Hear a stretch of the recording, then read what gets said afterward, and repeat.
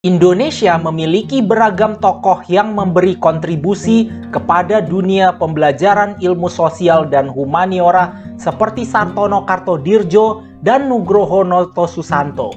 Dari sekian nama akademisi sosial humaniora Indonesia, salah satu tokoh yang terkemuka bernama Kunto Wijoyo. Beliau merupakan sejarawan, sastrawan, dan budayawan dari Universitas Gadjah Mada yang terkenal atas kepiawaiannya dalam meramu ilmu sejarah dan ilmu sastra. Dari sini, bagaimanakah kiprah akademik dan prestasi sang profesor? Yuk simak di Danang Bercerita. Kunto Wijoyo lahir di Bantul, Yogyakarta pada 18 September 1943, tepatnya pada masa pendudukan Jepang. Ayahnya bernama Haji Abdul Wahid Sastroatmojo yang merupakan seorang dalang sekaligus pembaca macapat atau puisi Jawa, dan ibunya bernama Hajah Warasti yang merupakan berasal dari keluarga priai dari Surakarta. Kunto Wijoyo sendiri memiliki latar belakang budaya Jawa dari dua kota berbeda, yakni Yogyakarta dan Surakarta. Dalam kehidupannya, sebagian keluarganya ada yang memeluk kejawen dan ada sebagian yang memeluk Islam secara konservatif. Walaupun seperti itu, Kunto Wijoyo memiliki leluhur kakek yang merupakan seorang ulama sekaligus penulis mushaf atau naskah kitab dalam Islam. Selain itu, Kunto Wijoyo memiliki anggota keluarga yang berasal dari organisasi NU dan Muhammadiyah. Karena memiliki latar belakang yang beragam, Kunto Wijoyo dideskripsikan sebagai sosok yang reformis, tradisionalis, reformis, dan konservatif oleh beberapa kalangan. Kunto Wijoyo mengawali pendidikan formalnya dengan mengikuti sekolah rakyat atau sekolah dasar Madrasah Ibtidaiyah Ngawonggo pada tahun 1950 dan tamat pada tahun 1956. Sejak kecil, beliau begitu aktif dalam mengikuti beragam kegiatan ekstrakurikuler seperti seni deklamasi, mendongeng, dan membaca Al-Quran dari gurunya yang bernama Muhammad Saribi Arifin dan Yusmanan. Dari situ, Kunto Wijoyo mempelajari ilmu-ilmu tersebut di surau yang biasanya dilakukan sepulang sekolah dan sesudah sholat zuhur sampai dengan sehabis sholat asar serta sehabis sholat maghrib. Sebagaimana kegiatan tersebut merupakan hal yang lazim bagi anak-anak desa pada masa itu yang dimana fokus pada kegiatan agama. Dari sini, karena terinspirasi oleh guru agama di suraunya yang begitu mahir dalam dunia seni, sastra, dan agama, hal tersebut menginspirasi Kunto Wijoyo dalam menggeluti dunia kesenian dan kebudayaan. Kunto Wijoyo pada masa mudanya mengagumi beberapa sastrawan Indonesia ternama seperti Buya Hamka, Hans Baghuyasin, Nugroho Noto Susanto, dan bahkan Pramudia Anantatur. Dari situ, Kunto Wijoyo suka sekali membaca karya mereka yang terdiri dari novel, cerpen, dan prosa. Karena inilah, Kunto Wijoyo menganggap sejarah dan sastra sebagai passionnya. Selain itu, di saat yang sama, Kunto Wijoyo menjalani pendidikan di SMP Klaten 1 dan tamat pada tahun 1959, serta SMA 2 Solo yang dia tamati pada tahun 1962. Semasa SMA, Kunto Wijoyo begitu rajin dalam menulis esai, puisi, naskah drama, dan cerpen, serta suka membaca karya sastra dari sastrawan asing seperti Charles Dickens dan Anton Chekhov. Setelah Kunto Wijoyo lulus SMA pada tahun 1962, di tahun yang sama beliau keterima di Universitas Gadjah Mada dengan jurusan ilmu sejarah. Di saat Kunto Wijoyo kuliah, Beliau mendirikan Lembaga Kebudayaan Seniman Islam dan studi grup Mantika bersama beberapa tokoh nasional lainnya seperti Ikra Negara, Arifin Senur, Dawam Raharjo, Khairul Umam, Amri Yahya, Syubah Asa, dan Abdul Hadi WM. Selain itu, sewaktu kuliah di UGM, Kunto Wijoyo pernah menulis dan menerbitkan novel pertamanya yang berjudul Kereta Api yang Berangkat di Pagi Hari atau dalam bahasa Inggrisnya The Train That Leaves Early in the Morning pada tahun 1964, dan ceritanya juga sampai tertulis sebagai cerita berseri di koran Jihad pada tahun 1966. Setelah itu, pada tahun berikutnya yakni 1967, Kunto Wijoyo menulis cerpen untuk majalah sastra bernama Horizon. Pada tahun 1969, beliau lulus dari jurusan Ilmu Sejarah UGM dan melanjutkan pendidikan magister atau S2 di University of Connecticut dengan beasiswa dari Fulbright dan mengambil jurusan Sejarah Amerika dan lulus pada tahun 1974. Kemudian setelah itu, beliau melanjutkan pendidikan doktoral atau S3-nya di Columbia University dengan jurusan ilmu sejarah. Dari pendidikan S3-nya, beliau menulis disertasi berjudul Social Change in an Agrarian Society, Madura, 1850 until 1940, atau perubahan sosial dalam masyarakat agraria di wilayah Madura dari tahun 1850 hingga 1940. Di saat Kunto Wijoyo menjalankan pendidikan pasca sarjananya di Amerika Serikat, beliau menulis puisi berjudul Suluk Awang Uwung pada tahun 1975 dan Isyarat pada tahun 1976. Kunto Wijoyo akhirnya lulus pendidikan doktor atau S3-nya pada tahun 1980. Setelah beliau pulang dari Amerika Serikat, Kunto Wijoyo mendirikan Center for Policy Research and International Studies bersama Amin Rais. Selain itu, Kunto Wijoyo juga aktif di Muhammadiyah dalam berbagai aspek sebagaimana sewaktu masih belia, beliau banyak berinteraksi dengan organisasi Islam tersebut dari anggota keluarga besarnya dan orang yang ada di suraunya. Selain itu, beliau juga menjadi salah satu dosen di Fakultas Ilmu Budaya Universitas Gadjah Mada dan menjadi guru besar di universitas tersebut sehingga beliau memiliki nama bernama Profesor Dr. Kunto Wijoyo.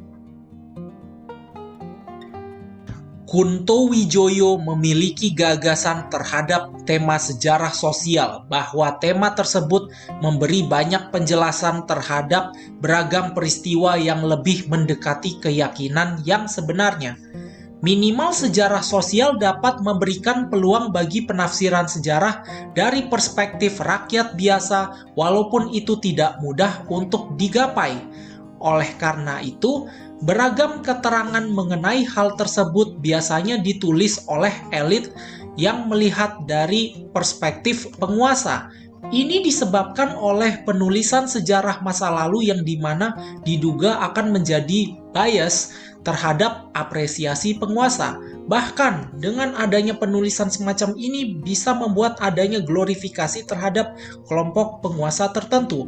Oleh karenanya, dengan Kunto Wijoyo mencetuskan terhadap sejarah sosial, hal tersebut membuat keseimbangan dalam perjalanan sejarah dalam penulisannya, sehingga bisa mengangkat semua aspek dalam perspektif tertentu. Di Indonesia, Kunto Wijoyo dikenal sebagai seorang ilmuwan humaniora yang bisa memadukan ilmu sejarah dan ilmu sastra. Hal ini bisa dilihat dalam salah satu karyanya berupa novel berjudul Pasar yang beliau tulis pada tahun 1971 sebagai seorang sastrawan sekaligus sejarawan sosial. Dari situ, novel Pasar memiliki kisah yang terjadi di sebuah pasar desa yang dikelola Pak Mantri Pasar. Sehari-hari beliau dibantu oleh seorang pemuda desa yang sembrono tapi memiliki sifat setia bernama Paijo. Selain itu, di novel Pasar juga ada bank pasar yang dikelola oleh seorang pegawai muda bernama Zaitun. Kemudian di novel tersebut, konflik yang diawali oleh adanya darah-darah liar yang dirawat Pak Mantri Pasar. Para darah itu bikin jengkel para pedagang karena memakan dagangan dan kotorannya bikin kotor di mana-mana. Akibat dari ini, para pedagang jadi gak mau bayar retribusi dan malah berjualan di sekitar jalan desa.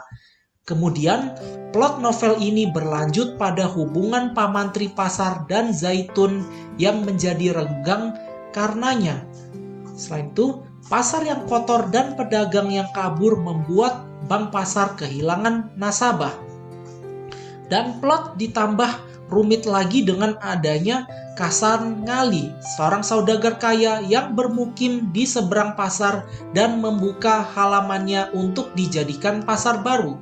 Setelah itu, plot berlanjut kepada plot yang dimana mengarah pada beragam cara Pak Mantri Pasar dalam mengatasi keadaan tersebut. Pada awalnya dengan cara-cara yang kolot hingga akhirnya mau membuka diri. Kisah lainnya adalah bagaimana Paijo bertumbuh dari seorang kawula hingga akhirnya siap sebagai penerus Pak Mantri Pasar. Novel Pasar ini istimewa karena ia dapat dibaca sebagai novel sosiologis yang memotret perubahan sosial masyarakat Jawa agraris di akhir tahun 1960-an. Novel ini adalah kisah tentang masyarakat dalam masa transisi dari Orde Lama menjadi ke Orde Baru. Selain itu, novel ini menampilkan benturan tokoh-tokohnya yang mewakili kelas priai agraris, yaitu Pak Mantri Pasar, Kawula, ada Paijo, para birokrat, terdapat Zaitun, polisi, dan camat, ditambah dengan para saudagar kapitalis bernama Kasan Ngali. Cerita macam itu, sebagaimana diakui Kunto Wijoyo, lahir dari endapan pengalaman semasa mudanya. Ia terbiasa berpindah-pindah tempat tinggal dan akrab dengan tempat-tempat komunal pedesaan seperti surau dan pasar. Lain itu, perspektrum bacaannya yang luas juga turut andil memberi warna dalam cerita. Itulah semua resepnya dalam meramu karya. Kemudian, Kunto Wijoyo dapat menulis perubahan sosial dalam bentuk novel yang demikian memikat juga tak lepas dari dasar keilmuannya, yakni ilmu sejarah. Oleh karenanya, sebagai sejarawan, kajian-kajiannya menitik pada soal sosial dan pedesaan. Sebagaimana Kunto Wijoyo merupakan salah satu ilmuwan sosial humaniora terkemuka di Indonesia, beliau terkenal atas pemikirannya terhadap ilmu sosial profetik. Dari situ, Kunto Wijoyo mendefinisikan ilmu sosial profetik berupa ilmu sosial yang menjadikan nilai-nilai normatif Islam sebagai landasan keilmuannya sehingga dapat diaktualisasikan dan menjadi petunjuk perilaku dan aksi sosial. Oleh karenanya, Kunto Wijoyo hampir selalu menjadikan Islam sebagai fondasi gagasannya. Selain itu, beliau begitu konsisten dalam memakai ajaran-ajaran Islam terutama dari Al-Quran sebagai dasar analisis terhadap peristiwa sejarah maupun masalah sosial yang diamatinya. Selain itu, menurut Dawam Raharjo, apa yang dilakukan Kunto Wijoyo itu penting untuk mengimbangi pola pikir orientalisme sarjana-sarjana barat. Walaupun begitu, Kunto Wijoyo tak lantas memaksakan diri menghindari segala teori dan metodologi konvensional barat. Dengan hal ini, beliau menyeimbangkan pemikiran barat dan Islam. Dari situ, salah satunya adalah bagaimana beliau menafsirkan Al-Quran dengan menggunakan kerangka keilmuan gaya barat. Oleh karena itu, Bisa disimpulkan bahwa Kuntowijoyo menginginkan keseimbangan antara ilmu barat dan Islam. Di awal tahun 1992, Kuntowijoyo mengalami sakit akibat terserang penyakit bernama meningoencephalitis. Akibat dari penyakit ini menjadi sesuatu yang tidak mungkin untuk dirinya bekerja, termasuk menulis. Selain itu, penyakit tersebut membuat dirinya tidak cekatan dalam bergerak dan mengalami kesulitan berbicara. Oleh karenanya, hal tersebut membuat beberapa koleganya di UGM merasa pesimis. Akan tetapi, hal tersebut tidak menjadi halangan bagi beliau untuk kembali menulis. Oleh karena itu, walaupun dengan satu jari saja, Kuntowijoyo lanjut untuk mengetik di komputer untuk menulis beberapa karya seperti Radikalisasi Petani tahun 1993 dan Pengantar Ilmu Sejarah pada 1995. Setelah itu, beliau menjadi guru besar pada tahun 2003 di UGM sehingga menjadi Profesor Dr. Kuntowijoyo.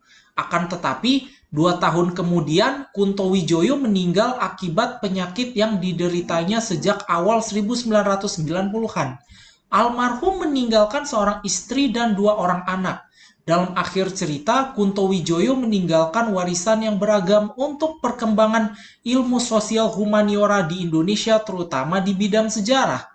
Oleh karena itu, sumbangan ilmu dari Prof. Kuntowijoyo sungguh berarti bagi perkembangan sejarah akademik.